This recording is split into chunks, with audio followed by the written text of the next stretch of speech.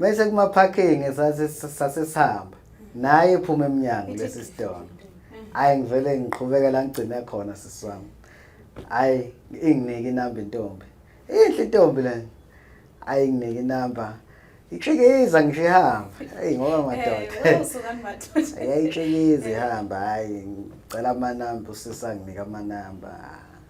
Kube mnandi. Hayi usisa ngiphathe kahle usisa. Sanibonani Ntumelani Kgotsong molweni igama lami ngusixolelo kwafikwa and I'll be your host. Ke into zakuthi ningalibali kaloku ukusilandela phaya ku YouTube @umjolo show, Facebook @umjolo show okanye usibhalele i-email phaya umjoloshow@gmail.com. Okay ke into zakuthi namhlanje sivakatshele kaloku nguye kaloku ubhuti wethu uzazichaza uzasixoxela ke naye ibali lakhe ukuba umjolo wamskema kanjani. #umjolo show. Bhuti wami kunjani? Ngiyaphila njani siswa? Hayi ndiyaphila nami. Asikwamkele kwi-show yethu. Ngibonga kakhulu, ngibonga kakhulu. Hey bhuti wami izinto zininzi. Izinto zininzi. Ngicela ke bhuti nawe ke usixoxele into yakuthi ukuthi wena umjolo wakuskema kanjani? Bakhetha kanjani ngasekhaya? Oh hayi. Hayi igama lami ngicela ukuzalisa aqala. Igama lami nguphakamani okwasibili sibonga. Indoda esuka khona le koLundi kwaceza isigodi kodwa ekhulele kwaNongoma eBuxton. Awu, yakugqibela kuthiwa kwaNongoma kunentombi. Kodwa sikhapho. Ya kunjani impela. Siswami hayi. Khona umjolo scam hayi. Yabona ngiqala ngathola intombi ngisaqala ukufika lapha eThekwini oThongathi la ngihlala ngakhona. Ngafika ngo2010 mengaphosisi 2010. Okay. Hawu ngakhanywa yenye intombi lapha ngifika ngindoda yomZulu ngiphuma ngapha kwaNongoma. Yes. Ngifika ngakhanywa intombi yakwaNdlovu uGatsheni ubuya beNyathi. Hawu. Sukani madoda. Igama layo kwakuNontsikelelo. Nontsikelelo wakwaNdlovu. Okugcina sekuba umama wengane yami. Awu sukani madoda. Sinengane nje indodana impela umfana. Iyelo Bonifuze ubabwayo, inhle fuze ubabwayo. Ngokunjalo impela. Hey, ayibona siswami hey wakumnandi ngaleza ikhati. Ngoba intombi ngayithola ngangihamba nabangani bami. Ngihambela nabangani bami cause mina isikole ngase ngesiqedini. Yona yayisafunda isikole. Yayifunda khona Yayifunda khona oThongathi. Kwesinye isikole kuthiwa iseNkosibomvu. Okay. Hey mangithi ngisahamba nabangani bami. Nayi intombi ihamba nabangani bami. Ayikhethe esixokweni. Kuthiwa induku ehle igalo ezizolo. Uthi ngakhetha sikhona ziphelele. Angithi ke kunjani impela. Hawu. Nami ngayibika ke njengendoda ke insizwa iphelele ngoba usho nje. Ngayibika impela intombi yathi yale hayi ngayibika impela khombisa ukuthi khona sengicijekile ngiphume emakhaya. Sukani madoda. Intombi yagcina ngigoba uphondo ke intombi yaqoma ke intombi. Kwakumnandi impela sithandana. Yonke into sasiyenza yayimnandi nje ngaleza ikhati.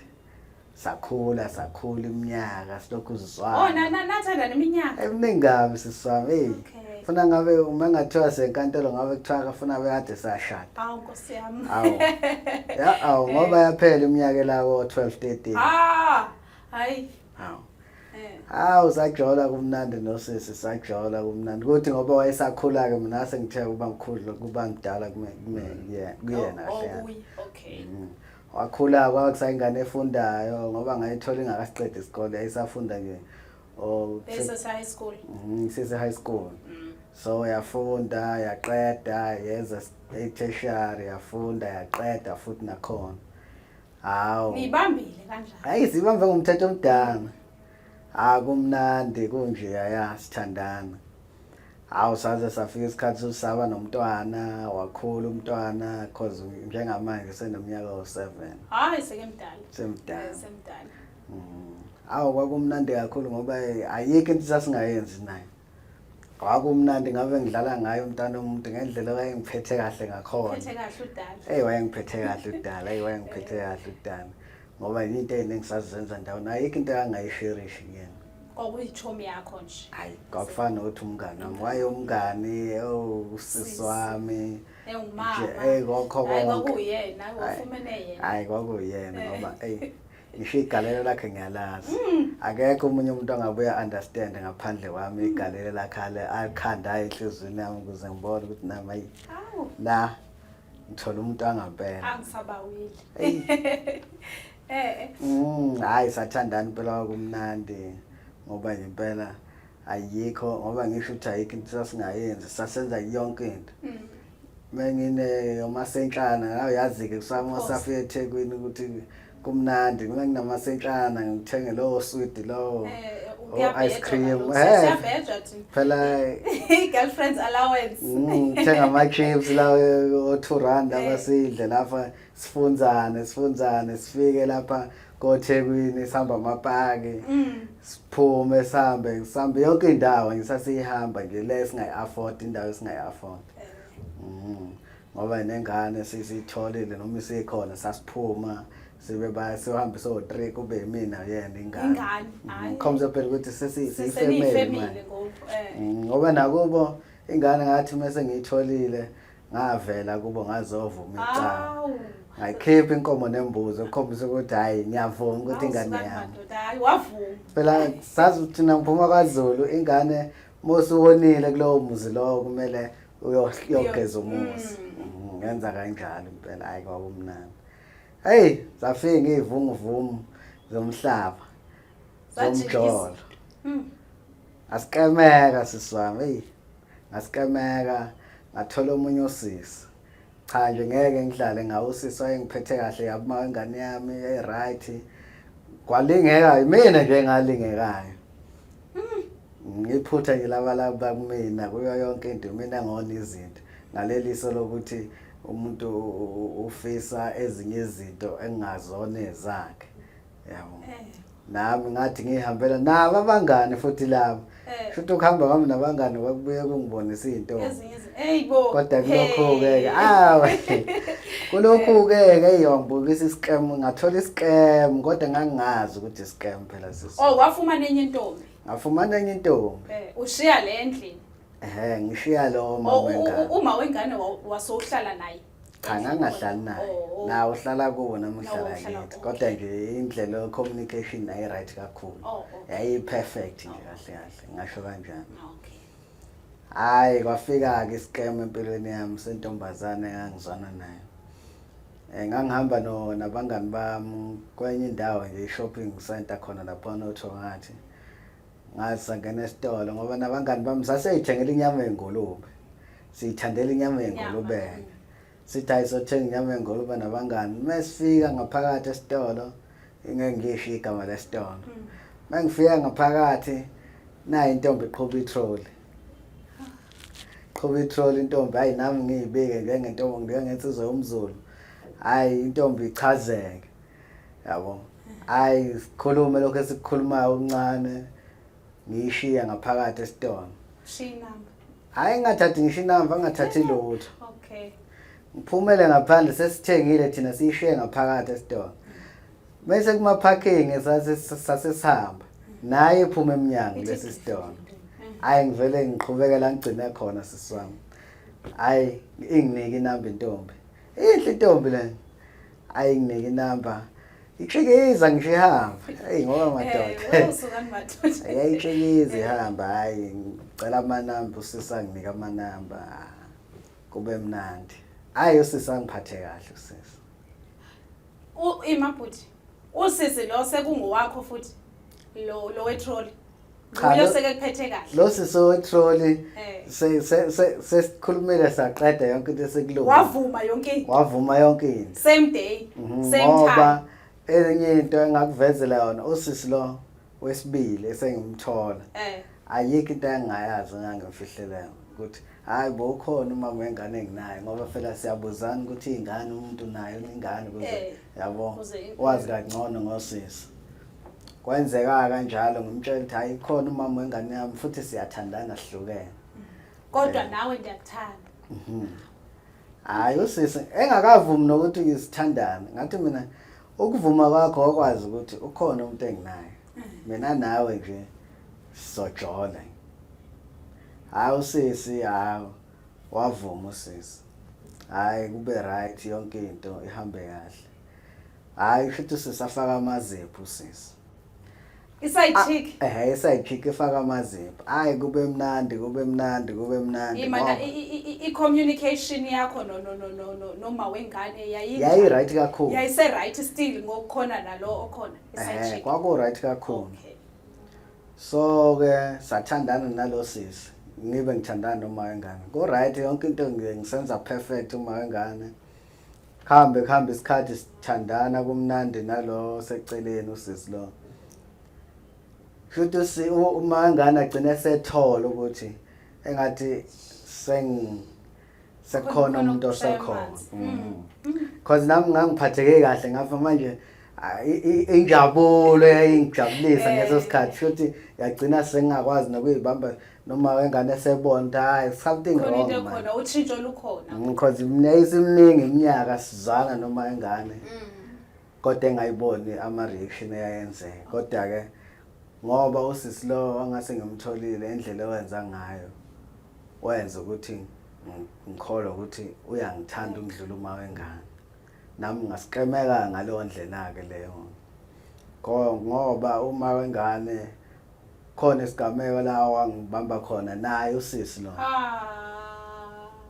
wangibamba naye usisi lo sayikhuluma kodwa lo ndaba leyo ngoba wazi wangidekile wahamba ngamtshela lo ngathi nangu lo muntu mase kwenza kanje ngazama ukulungisa ngapha kuma wengane kwahamba vele ngoba uma wengane wayesengibambile ukuthi khonto ekhona wase kunalokho ukuthi hayi ngiyamchithela akasangithembi yabo hayi saqhubeka sajola still sajola sangahlukana noma wengane kodwa lo esazi ukuthi ukhona umangane and usembonile yabo saqhubeka still sajola naye ne-side chick ngoba phela njengamadoda nawe yazi ukuthi mawuphatheke kahle entoyeni akwazi ukubaleka kalula nje kanjalo angizochaza hayi kwaqhubeka kwaye ukujola wajola ngapha ngathandana ngapha nomangane yami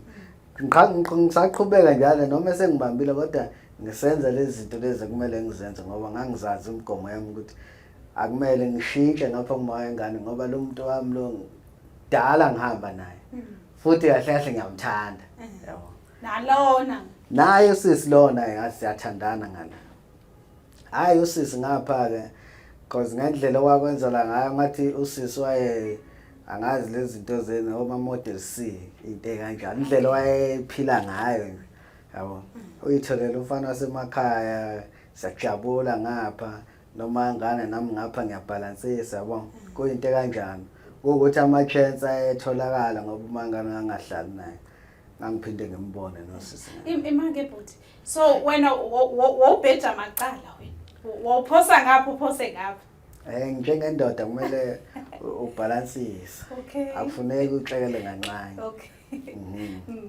hayi kaqhubeka kwamnandi kanje saqhubeka noma ngane saqhubeka nosisi shothi kwahamba usisi lo wesibili lo ngamthola eShoprite nakusengibiza igama usisi wetroll hayi usisi wetroll sefaka kakhulu amazipho siyajabula nami sengihappy yabona into eziningi nje yonke into nje sesi-happy nje ngasho yonke into sasiyenza si-right futhi isivumelene so nami ngagcina sengithatheka ngikhombisa ukuthi hayi ngiyamthanda naye esakhona umangane sasingahlukene naye hayi kwaba yiso-ke leso siqhubeka sathandana kwahamba usisi lo waba nesikhwele sokuthinini uyabona ukuthi lo usakhona kahambile manje seshuthi wayesefuna ukuthatha mina athathele uma wengane athathe mina ngibo wakhe ngokuphelele ushiya uma wengane ngoba khona nje lapha akasho khona wathi angihlukane angikhethe between yena noma wengane ngathi mina ngeke ungikhethise kuma wengane yami nawe ufika wena ngathi sesisithi isikhathi sithandana noma wengane yami futhi akaze angenza into embi ayikho into wrong ayenzile ngeke mina ngiqhamuze ngithi ngiyamyeka ngingazi bebekho into wrong ayenzayo yabo. So lo engakuthandi lokho ngoba saze saqhamukela ephuzini lokuthini ngathi mina ngeke ngikwazi ukuhlala noma wengane yami ngithandane nawe ngamane ngiyeke wena kunokuthi ngiyeke kunegazi lami. Yes, khona igazi lakho. Ngathi ngamane kuhlukane mina nawe kunokuthi kuhlukane uma ingane yami nengane yami. Ngathi ngeke ngikwazi ukwenza. So sakudiscuss-ke lokho saxoxa wagcina esehlile wathi hayi kulungileke. Saqhubeka sajola kwamnandi kwathandwana. So ngoba vele wayeseqalile isikhwele ukukhombisa ukuthi esekwazi ukungichuzisa ukuthi mina ngichoose between yena noma ingane. Mina ngakhombisa ukuthi ngichoose uma wengane. Ukudlula. So waba naleso sikhwele ukuthi awashuthi uthanda kakhulu uma wengane. So ngathi ngizongithi mina kuyena ukuthi engathi uyakhohle ukuthi between uma wengane naye lento sigcina siqala ukuthandana vele ngangivele ngimbikile uma ngane hayi ukuthi ngangimfihla navumelana ukuthi ukhona uma ngane futhi siyathandana sesisithi isikhathi kunanengane phakathi yabo. So waba nesikhwele ekuthenini kwesinye isikhathi ngangeke ngihambe ngithi mina ngiyobona ingane. Wasowuhlala naye? No, ngangahlali naye side. So isikhathi esiningi besifonelana yabona isenza izinto eziningi. So kwesinye isikhathi uthola ukuthi ngithi mina hayi ngisawubona ingane noma ngisawulanda ingane because ingane bekunokwazi ukuyithatha ngihlale nayo isithe ukukhule ngihlale nayo so2 uma ingane yakhe engekho. So ke kwaba yileso sikhwele leso ukuthi mhlawumbe mengiyofuna ingane ngifike ngihlale noma wengane ebe naleso sikhweleke leso. Ileso sikhwele leso esenza ukuthi ngibone ukuthi hayi lo muntu akalungile yabo. So ke saqhubeka sathandana. Mesithandana noma ngane naye usisi lo. Kuhamba kwesikhathi because izinto zami ngizasengezinhle between uma wengane yami nami through yena usisi. Zasengezinhle. Kodwa manje ngala kusisi kwakusaright because ngendlela esasiphila ngakhona. Because manje ngangeke ngikwazi ukuthatha inkinga zangala ngilethe ngala. Ngidila nalokho ngala ngidile nalokho ngala.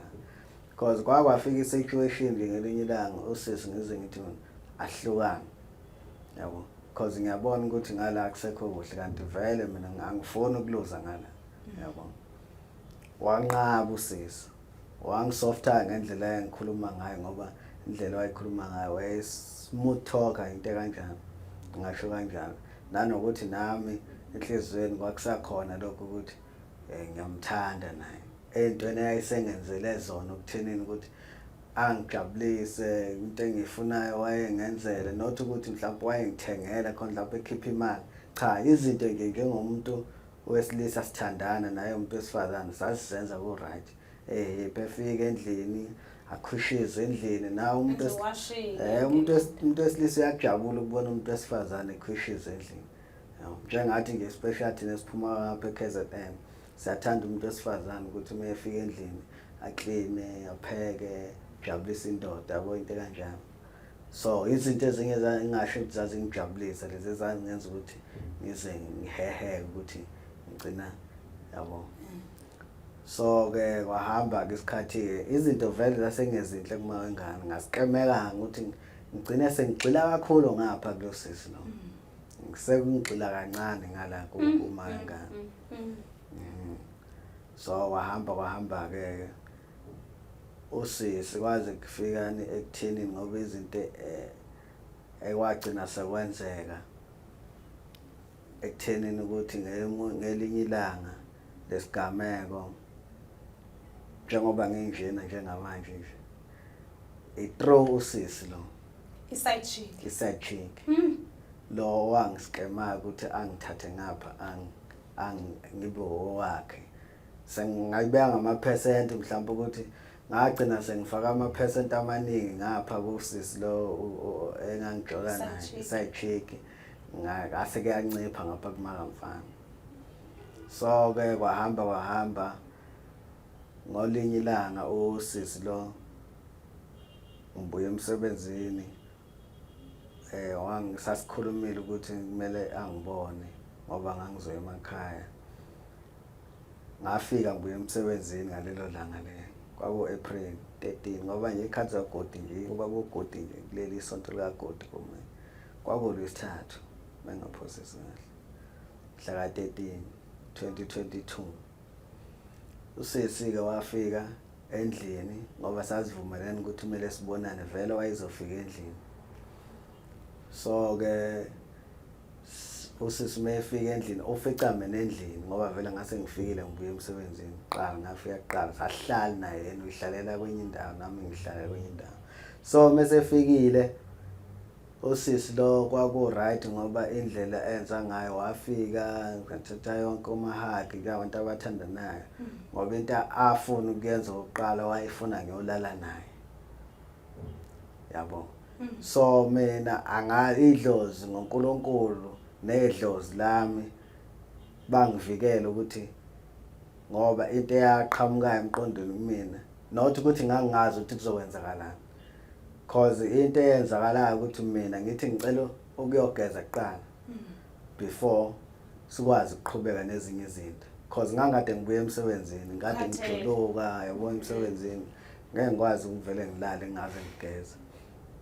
So-ke kwenzeka kanjalo ngageza ngangalala naye ngaleso sikhathi efuna ngilale naye ngoba emva kwalokho ngithe ngise-bathroom ngoba waze ngachatha nge-acid ngiyitshela ukuthi ichibi ayefike nalo usisi. Wena wafumana kunechibi e-bathroom? No, usisi wafika nesigubhu owayetheka ichibi. Mina ngase ngithi mina ngizochatha kuqala before ngigeza because vele ichibi ngangasebenza before naye usisi lo. Bese saye esontweni solilanda wayenelakhe nami nginelami. So ngalo day ngoba vele lami laseliphelile wasethi hayi ngizokuphathela ichibi usebenzise. Nangempela ke usisi lo sengithi ngizoqala ngichathe before ngigeza ngangise-bathroom usisi waphuma yaqhamuka lephethe spade ephuma nasekamerweni shoot wayefike naso not to shoot because nginesure endlini ngangenaso ispade mina. Spade wafika naso. So angithi mina ilento ukuthi ngisiqemekile emqondweni yonke into ngitshela ukuthi yonke into ihamba kahle because ngazi ukuthi uyangithanda. Ngayitsheli nje ukuthi khona something wrong angangenza yona noma something wrong engenzeka yabo. So nje ngachatha ngalento ngoba yayingishisa la esinyeni ngaphakathi naseyinqini yamuva. Njengoba ngisebenzisa istomach bag nje ngisebenzisa isigubhu lesi. So yona into ekhombisa ukuthi lento yangi-affect-anga kanani ngaphakathi because angisakwazi ukuya e-toilet. So-ke ukuchatha kwakhona ngoba wazi kwenzeka izinto eziningi kwagcina sekunabanye abantu ababemlekelela usisi. Abantu bakha abaziyo ayebabizile ukuthi bezomsiza kulento le ayenza ayihlosile. Kodwa futhi imbangela ukuthi kwenzeka yonke lento anginyazi namanje yabo. Azange kube khona ngxabano phakathi kwenu okanye sasingaxabene ngoba manje ngoba baze bangithela ngaye acid bangiphuzisa njengoba nginjena yabo. So impilo yami yaqala ke lapho ke ngalimala ngaye esibhedlela ngizubuhlungu stress okuthini ukuthi why lo muntu lo besenza kahle kangaka kumnandi yonke into ekugcineni usezovela uzongenza kanje. Ekubeni bekade ku right. Ekubeni mina ngikwazile ukuthi gcina sengifocus kakhulu kuyena sengishiya umuntu obekade ngiphethe kahle sonke lesikhathi uma wengane yami. Washiya uma wengane washiyela yena. Wangiscam. Ngasho nje ngokusho nje uhlelo lusho ukuthi scam. Kwaba into kanjani. After emva kwayo yonke lento lena eyenzeka uma wengane waziva kanjani yena? Engingakusho kwamhlukumeza kakhulu. Kwamhlukumeza kakhulu kodwa ukumhlukumeza kwakhona ngoba njengoba ngichaza nje ukuthi uma ingane yami ngendlela ahambule ngayo umoya wakhe uphansi akakwazi ukuthetha akakwazi nje uyilungele yes mina vele engaphumayo ngenza imikhuba yami namagcineni. Wena bhuti wami waziva njani emva kwayo yonke lento le eyayisenzeka okanye eyenzeka? Singaba seyinhlungwini kakhulu. Yabona akazi ngaba nezinhlungu ukudlula yabo ubuhlungu manje mathiwa khona ngisho ngangixiviza manje ungihlabe ngenaliti la kufana nokuthi uyadlala ubuhlungu esengidlule kubona. Yabo i-situation esengingafika kuyona ibuhlungu kakhulu nanoma ubani umuntu engifisa ukuthi afikele lokho abuhlungu engangibuza ngalesa sikhathi.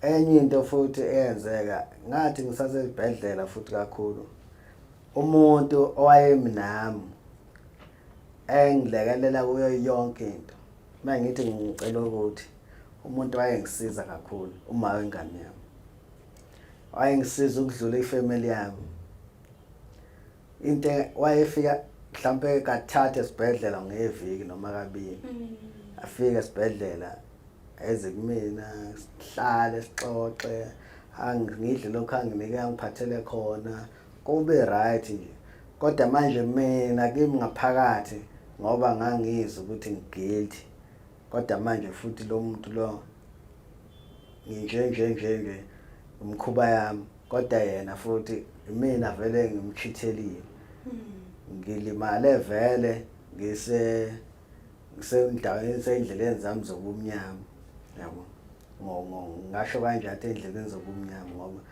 kahle umuntu akangazi ukuthi ngithandana naye nangala yabo. Yintoni bhuti wami le eyakukhupha endlini ukuthi ayiphuma ubalisele okanye uxwayise nabanye abantu ngale nhlekelo yakwehlela? Into engathi ingisiza kakhulu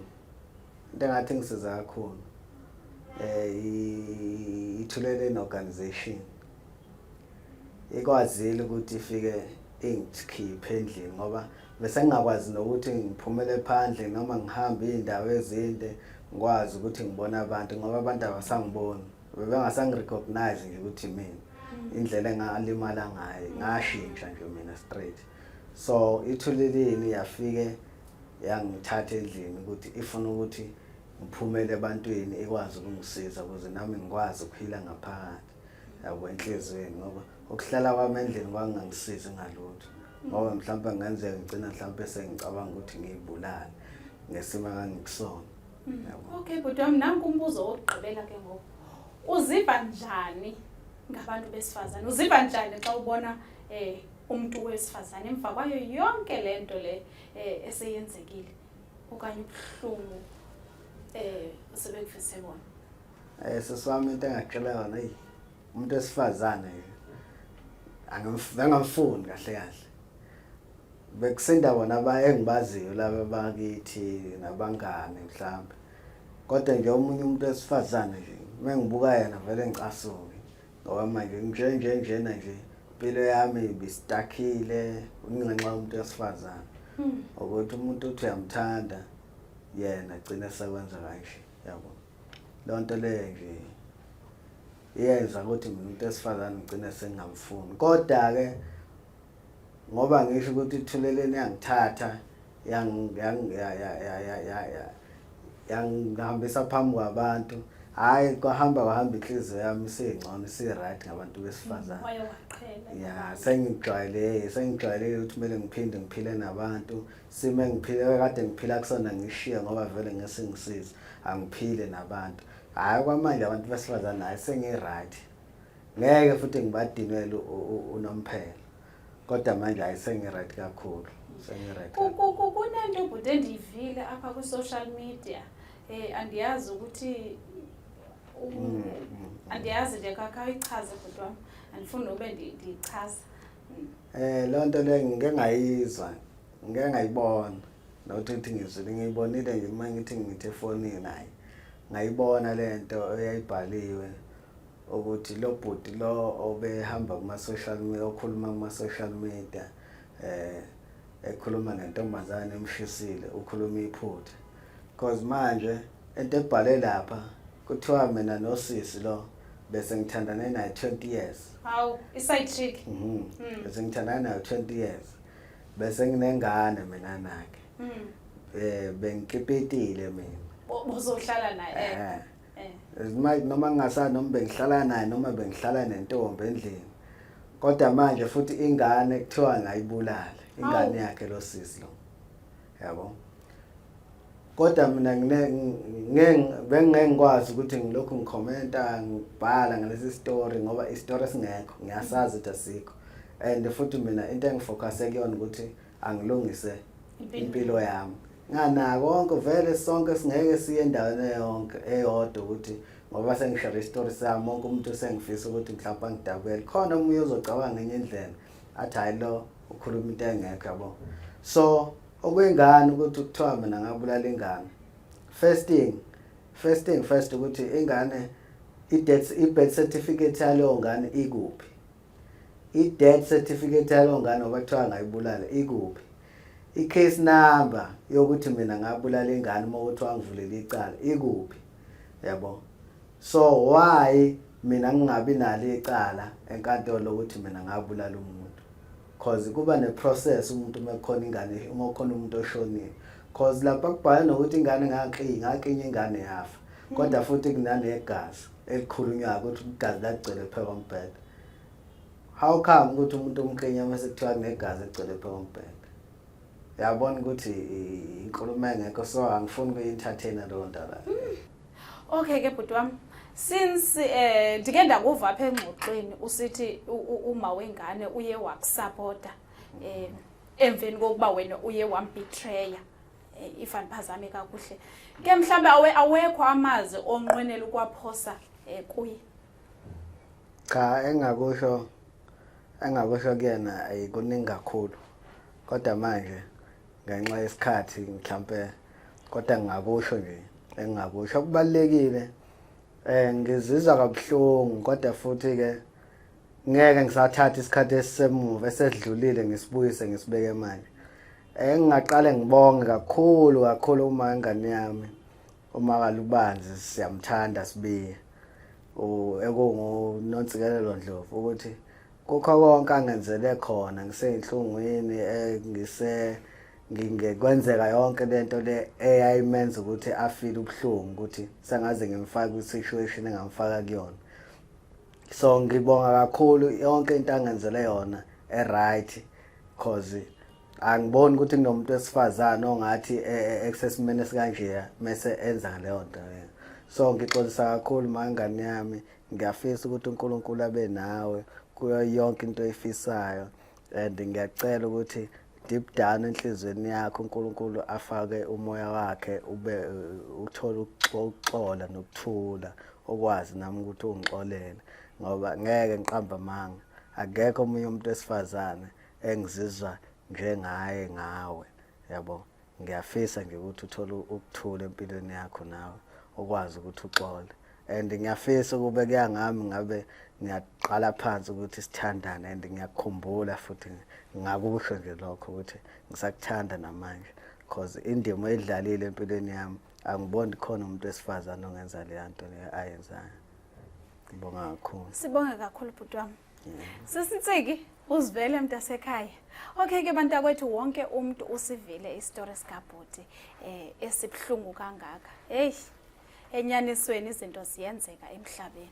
Okay ke bantakwethu ningalibali kaloku ukuthi nileqe pha ku YouTube niyo subscriber ni share ni like ke kanti naxa kukhona kwakhona umuntu ofisa okanye ukunqwenela ukusibalisela ibali lakhe angasibhalela pha kumjolo show@gmail.com. Until next time. Enkosi.